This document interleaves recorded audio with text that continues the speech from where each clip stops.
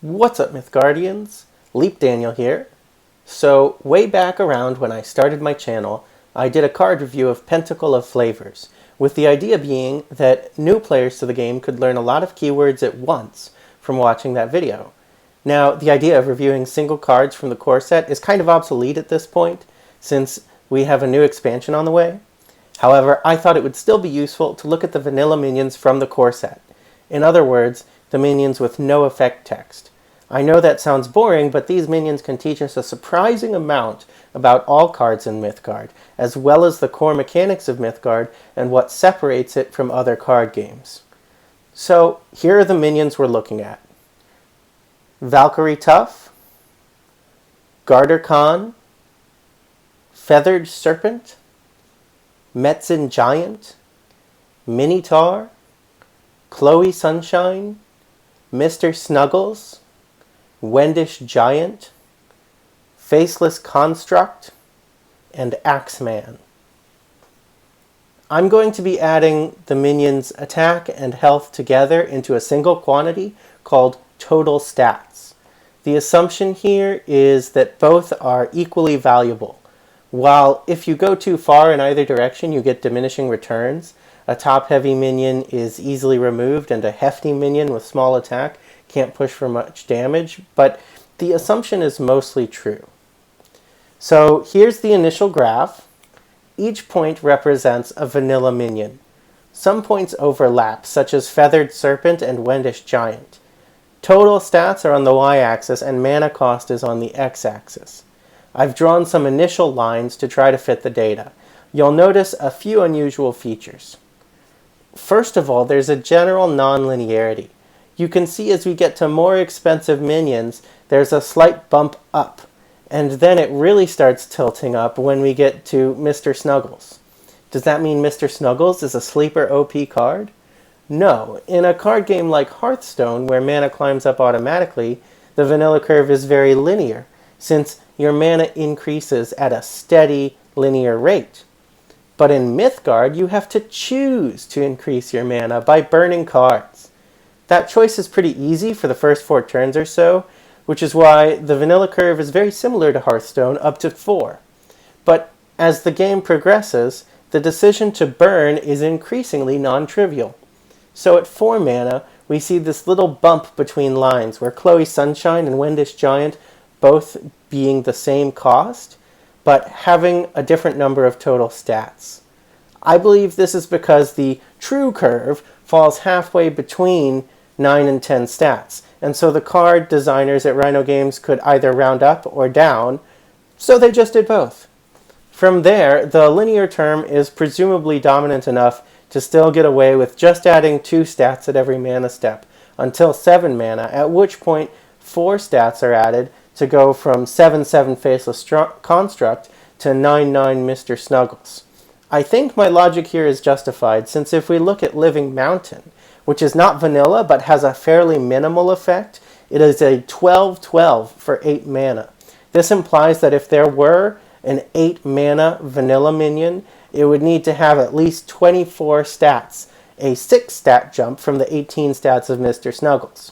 There currently are no 9 mana minions, vanilla or otherwise, but presumably it would have to be quite colossal, since even many control decks will not bother to burn 9 cards. There's one other spot where stat totals are not aligned for a given cost.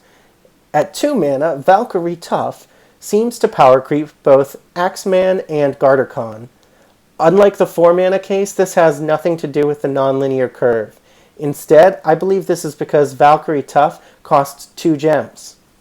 This imposes a deck building restriction that the other 2 don't have, so you're rewarded with an additional stat. At higher mana costs, an additional gem is less important, and so it doesn't affect the stat line as it does at 2 mana. But you could imagine, for example, that if Mr. Snuggles costed 8 red gems, he might have much higher stats. This shows us the importance of Mythgard's 2-resource system. However, I don't think it's relevant for all the other vanillas, so I'll be ignoring it for the rest of the video and just treat Valkyrie Tough as an outlier. Lastly, I want to draw your attention to the 0 mana spot. My guess is that the curve is inaccurate here, and you need at least 2 stats to be competitive at 0 mana, not just 1. This is because even if playing the card costs nothing, there's a cost associated with simply taking up a spot in your deck. If you draw a junk card, it's taking up the slot that could have been used by an even better card. With all that being said, let me show you my adjusted curve. I added an exponential term to it. That wasn't a principled decision. It could be some other non-linearity. I just eyeballed it. But here it is. It looks almost straight, but it actually is kind of curving up a bit. And you can see that if I show you what a straight line would look like. So you can see how it deviates from the actual mana curve. Now, we've already used the vanilla curve to learn some things about Mythgard's resource system, but the really fun part is that you can use the curve to assess cards with effects as well.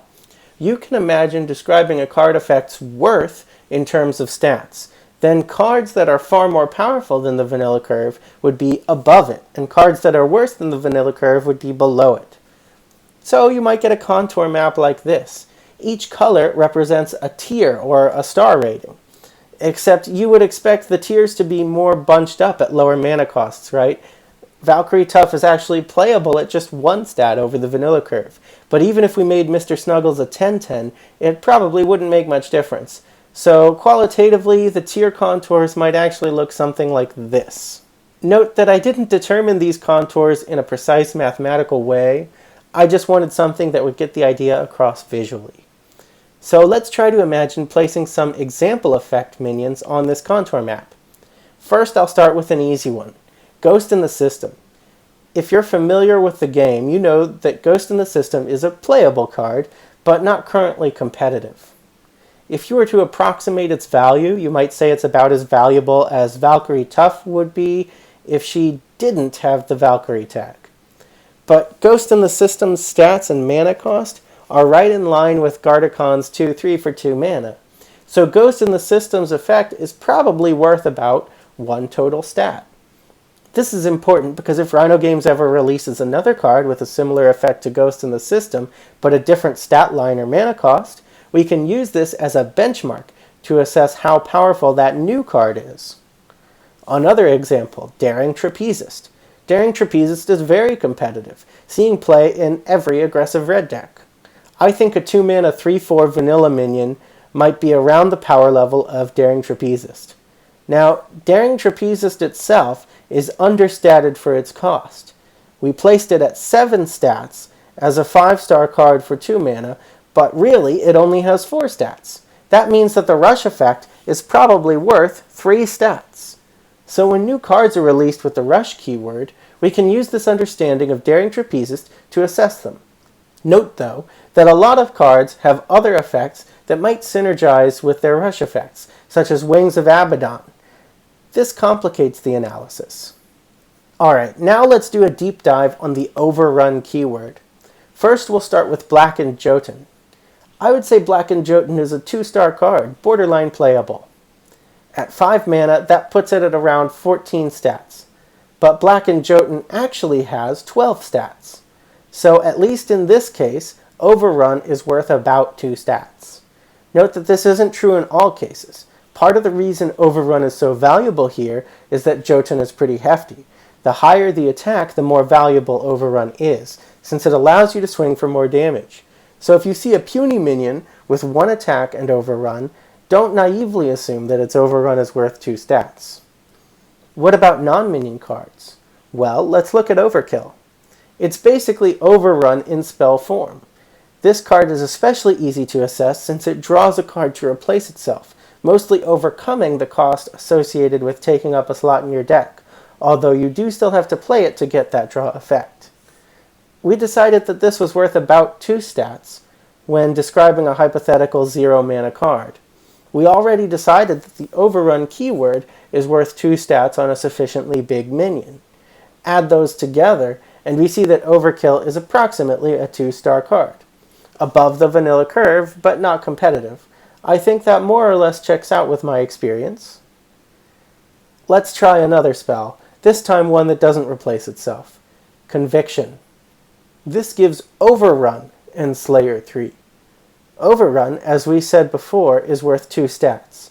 Now naively, we might assume that Slayer 3 is worth 3 stats, but it really only gives you extra stats when battling another minion. It doesn't apply any pressure to your opponent to block the minion, since it doesn't increase your damage output when going face. Also, Slayer effects don't stack, so during Disc of Circadia's Day, for example, your minion would still only have Slayer 3, not Slayer 4. So I would say Slayer only gives you half the value of stats, and therefore Slayer 3 would be more appropriately valued at about 1.5 stats. Adding that to the 2 stat value of Overrun, we see that Conviction is worth 3.5 stats. Conviction is still above the vanilla curve in terms of value, but only barely, and it's slightly below Overkill. I think it's pretty amazing that we're able to get this much insight on so many cards just from the starting point of thinking about vanilla minions. However, it's also interesting to consider ways in which this model doesn't work, and how you might need to go beyond it in assessing cards. For example, our assessment treated attack and health the same in value. But is that really true in all cases? For example, Rush probably synergizes better with attack than health. A 3-1 Daring Trapezist would be more powerful, and a 1-3 Daring Trapezist would be less powerful. Additionally, you might want to think about color synergies. No card exists in a vacuum. Green has spell support, and the new expansion is bringing even more support in the form of Media Autocam. Overkill could become a more powerful card when coupled with this support. Okay, that was a lot. Let me know if you liked my analysis, or if I missed something important that could improve it. If you really enjoyed it, consider subscribing. Bye!